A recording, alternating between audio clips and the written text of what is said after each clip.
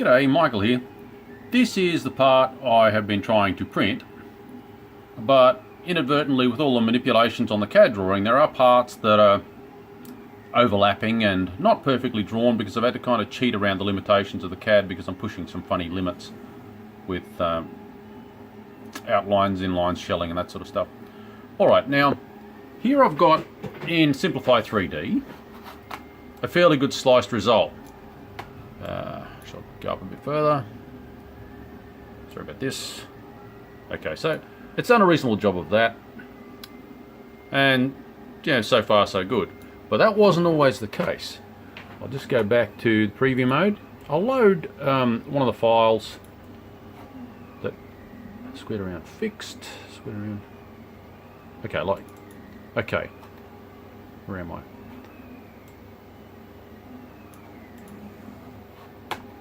Remove. Okay, now here's where you see the fun start. That shell, for some reason, it kind of is there and isn't there. So what happens is when you go to slice it, I get some weird results on Simplify 3D. And I've had very similar errors before with any time you have an overlap of parts. Can we show that better? An overlap of parts in any way. Simplify 3D makes a cavity of overlapping components. So that's a real problem with Simplify 3D because you can't always perfect your part. And the limitations of that are quite dramatic. I know I've used a fixed process and whatever to try and sort things out, both on Slicer and on Simplify 3D, both having problems with this. Now switch to a different user because I've got Slicer running for that printer. Give me a second. Where am I?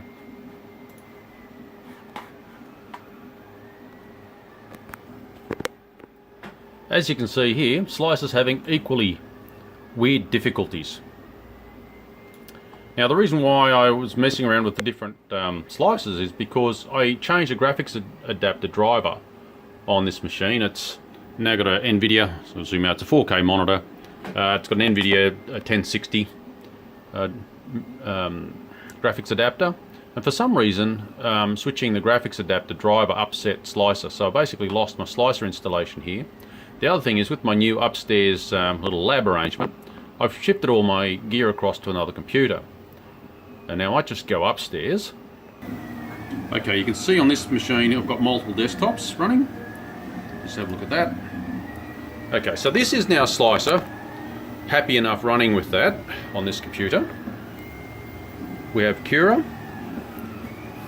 Now Cura, funny enough, gave me a perfect result with this model, regardless of how I didn't have to tweak anything, it just worked. So I was very happy with the way Cura handled it. So I thought, oh great, this is a great solution, because I've been wanting to actually shift across to Cura and get away from Slicer because of the Octopi setup that I've got on all the printers, which is a great tool. I've got another video on that I did earlier. But so I was wanting to get my head into how Cura works. And I was very satisfied that this handled the model without any errors, whereas the other two weren't happy with the model. Okay, so I ended up basically, Cura has produced the most error-free interpretation of this particular model. There may be other models that may not be true, but just let it be known that slicing programs all have their issues with models. But what I found very disappointing with Cura is the amount of wasted time in the actual print paths. It does a lot of non-active movement. Let's just have a look at one of the machines. Now here you can see I've got my Black Widow, and it's moving quite quickly where it can, but you might notice that shutter. Let's see if it'll do it again. It does a lot of, see that doubling up over the same area and often not actually printing on. Now this is actually doing a fill area, so it's probably just made a liar out of me. Okay, so I have to wait till it moves on to some other component. but it just does a lot of travelling without actively laying down material, which has been very disappointing. One thing I have found is that Cura seems to be producing nice bridging with these prints. So it'll be interesting to see how this goes. Alright, so have a look at this. Had a 1 hour head start on the Delta, which I'll move across to now. The Delta's completely overtaken the Black Widow, even though the melt speed on the Black Widow is actually about twice the speed of what this Delta can push out. But I've managed to get Slicer up and running with this machine, and Slicer just does not spend time running around doing nothing. It seems to be only ever laying down tracks.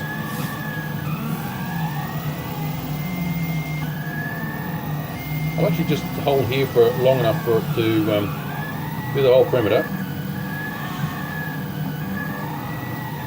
It doesn't do any silly dancing around doing little funny infills and so forth.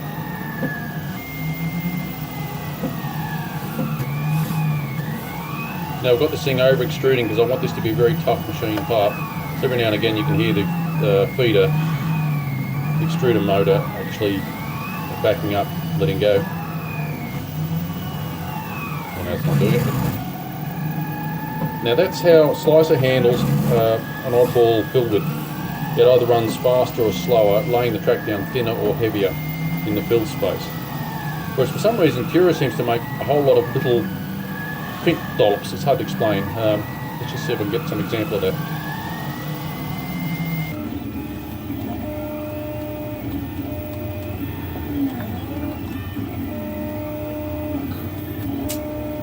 It's not doing it right now, but I have been observing it. Yeah, that's doing a nice job now. But on the previous layers at the angle, it was doing lots of little backwards and forwards inactive print movements. Now it's doing quite a sweet job. Quite unfortunate that I don't have that to show right now. Alright, but just let it be known that this one has had a good hour head start on the Delta. And this is not a job that is full of acceleration, where the motion on the Delta has an advantage. It is actually the Slicer that has produced the bad handicap for this Black Widow. It is not the mechanics of it. The Delta wins if you've got a lot of accelerations to do, but this is a fairly, every path is fairly long. There's not a lot of little short backwards and forwards motions. The other thing I do find interesting is the fill pattern on Slicer is, how can I say, it's a much quicker action.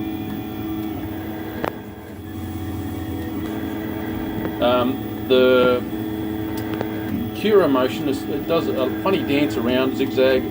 You have to see it to believe it and understand it. But basically I've got all three slicing packages: Cura, Simplify 3D and Slicer. That's Slicer with a number 3. Now the advantages that you might have with Simplify 3D in certain circumstances are really lost on the other two with the fact that with both Cura and Slicer you can install the package on as many machines as you like. Simplify 3D you have to buy licenses per seat, which I've found very restrictive because of just the nature of the way of doing things. Now I've got 5 active printers at the moment, 4 of them are actually printing, and to manage a large number of printers, I've found the easiest way I'm using Linux, the easiest way is to manage it by having each printer set up as a different user on Slicer, so it makes it very quick. Now I've got a video I did maybe a year ago on the subject, you can have a look at that. Now you could do the same thing on Linux with Cura. I don't see that being a possibility on Windows, but if you were going to use just 1 or 2 printers with basically similar characteristics,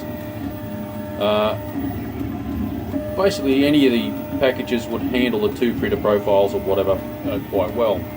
But when you have many very differently behaving printers, it's just a bit of a nightmare to run using Cura's profile management, and it's also very difficult to use well, even Slicer's profile management as well as Simplify 3D's profile management. It's too simple.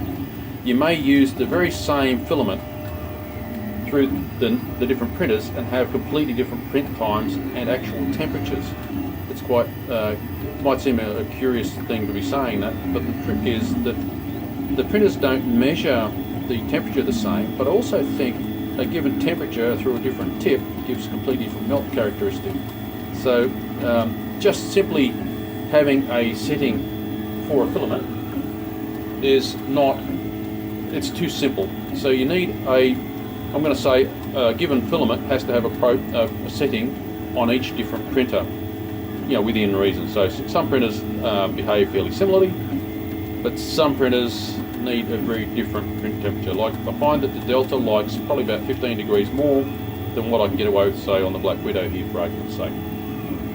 Also, the way you might handle infills with the different filaments at different temperatures on the different printers, you might handle accelerations and so forth very, very differently. So having the profiles for just a material and a printer, it's too simple. You need to have sort of a comprehensive setting for that set of characteristics. Okay, with all that said, let's go back to the computer. So with the different packages, I might do a screen recording from here on.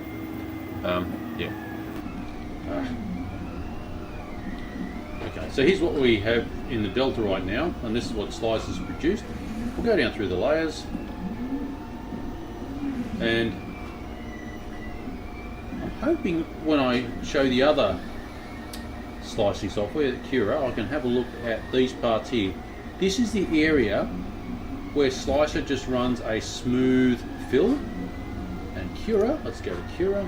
Where's our layer view? Lighting.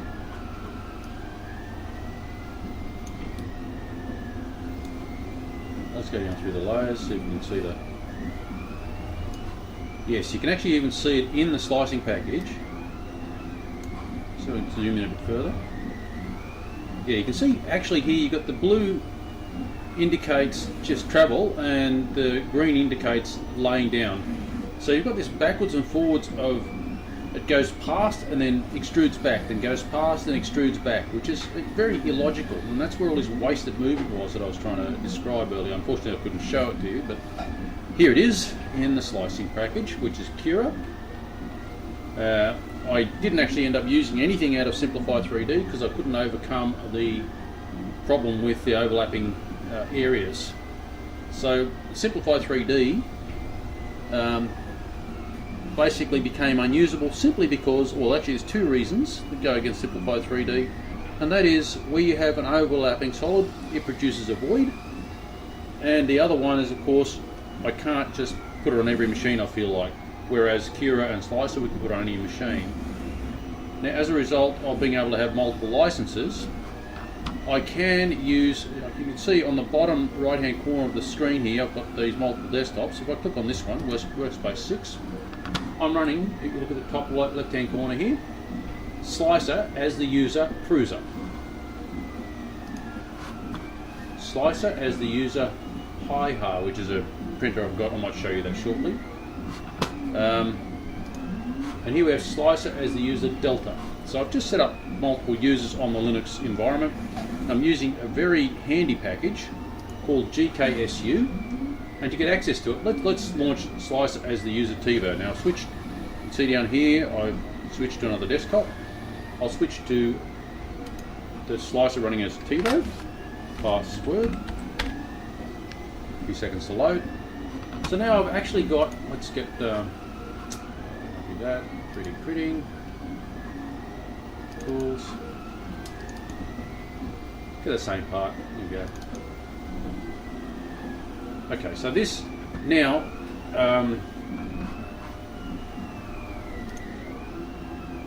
we go. Okay, we've got no, machine's getting fairly busy now.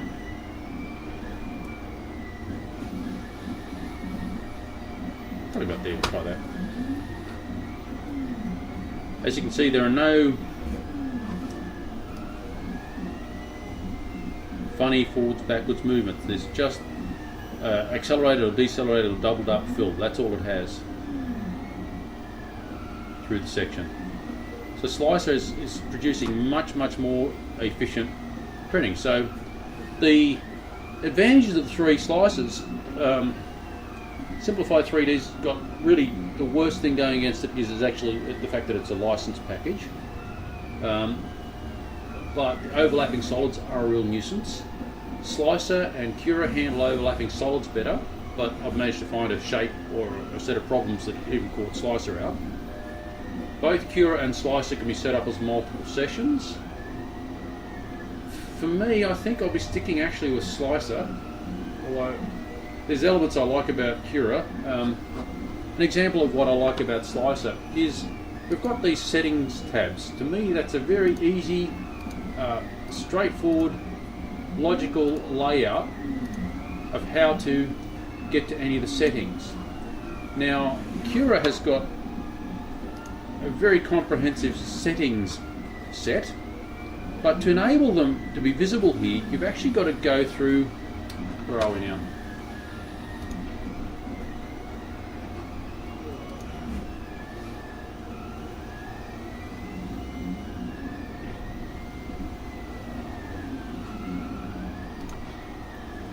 Here we go. Now, we can change, where are we now? Settings.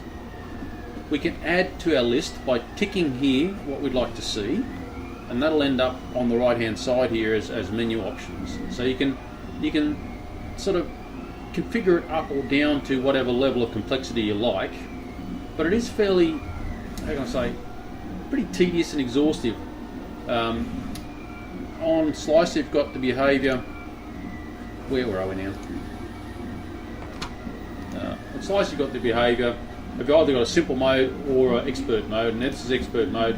So absolutely all the settings that are available are ending up being, settings you can easily access by going down through a tab system and a menu system. So at the end of the day, I find Slicer is actually easy to get to the settings. Cura has not a bad way of managing the settings that you want to use. So yeah, I mean, that'd be a personal opinion. Slicer has, well, how can I say? The rendering here on Cura is actually quite snappy. Slicer is a bit more slow to render. But if you have a look at this, this is kind of grainy and messy. Whereas Slicer, I don't know if I can zoom in the same way, it kind of has like a doming effect on the extrusion. Let's see if we can get an angle that'll actually show it.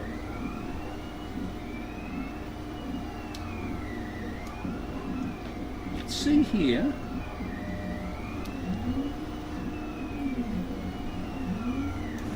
it's actually kind of shaped the extrusion like it's got a wedge shape or a domed shape to the section. On Cura it's just kind of flat, ugly looking tracks. So that's where am I? They're just flat lines, they're not the same sort of profile detail. Alright, so yeah, so that's a personal opinion whether you like the interface that way or not. I kind of like this. Cura has some features you can turn on and off the various different types of travel to see what what you want to see. If you want to get rid of the outside shell so you can see sort of in through to what's inside, now you can see those inactive movements a lot better. So you can highlight things a little bit better in Cura. In any case, I guess this part of the interface is pretty much opinion. Okay, we're a bit further in. This part certainly isn't finished now, but it's really not worthwhile me waiting too long for it. I'll just get this video finished and uploaded. But meanwhile, you can see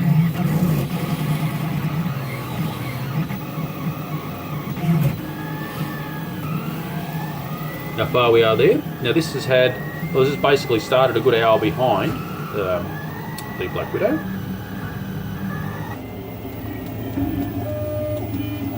There you can see an inactive move. It's basically full perimeter of doing nothing. That was an inactive move doing nothing.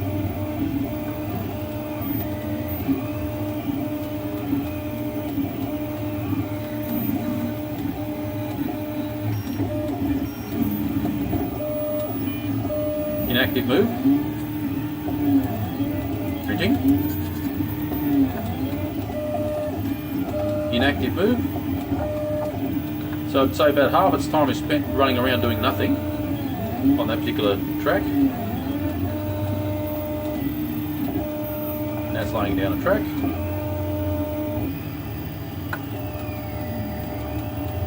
So finally it's doing what I've been trying to tell you about.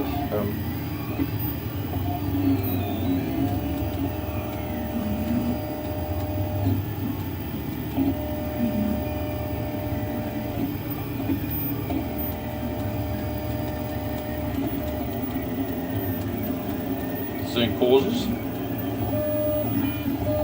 an inactive move, laying down a bit, pausing and travelling, just doing some weirdness there, inactive movement, laying down tracks,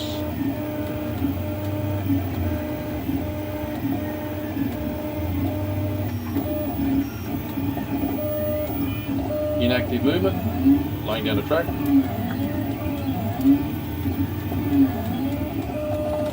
inactive movement, laying down the track,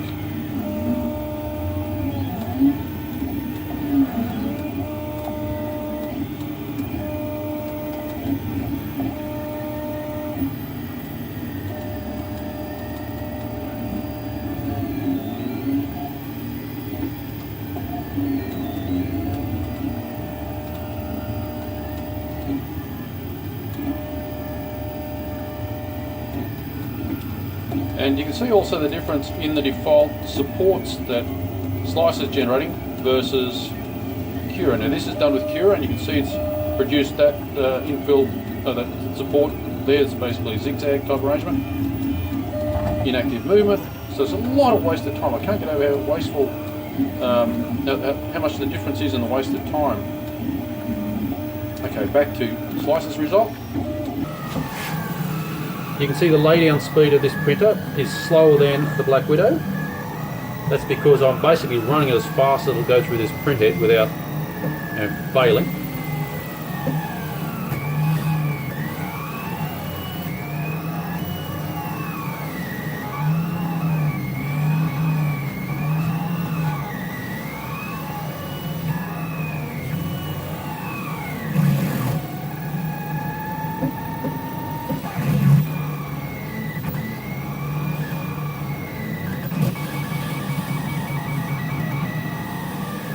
You can see the support material is a much smaller section, but there is very little of the motion that's generated by Slicer that is actually inactive. Quite surprising. Well, okay, I've come up with a little bit of a summary to try and make sense of what I've just gone through. In any case, across the top here we've got package, Cura, Simplify 3D and Slicer are the three packages. License, well, Cura is unlimited, Simplify 3D is per seat, Slicer is also unlimited. Interpretation of the shells, particularly in this example, Cura was the winner, certainly the best at interpreting this particular shell. Slicer I've found generally very good at handling shells, and I've often had Simplify 3D confused. Now, with the actual percentage of active time versus the amount of time it's dancing around doing nothing, Slicer's, in every example that I've used, been certainly the better of the lot. I've never had a poor result like I've seen here out of Simplify 3D. Simplify 3D is actually really good at doing the render and the slicing. The result is it really uses the CPU cores really well. Unfortunately, I haven't got Simplify 3D on this particular machine, so I can't put them neck and neck on this machine to show you how much faster it is. It is actually very fast. Cura is kind of a mid speed, and Slicer is the slowest. But both Cura and Slicer, funny enough, do like the background slicing. So quite often a good percentage of the time it's doing its rendering and slicing, you're actually just busy changing your mind, doing different things, even while you're staring at the package. Whereas Simplify 3D sits there and waits for you to go, let's do it. and you've got to go through that process, whereas Cura and Slicer both just run in the background nicely. Okay, now the finish on this part, I'm about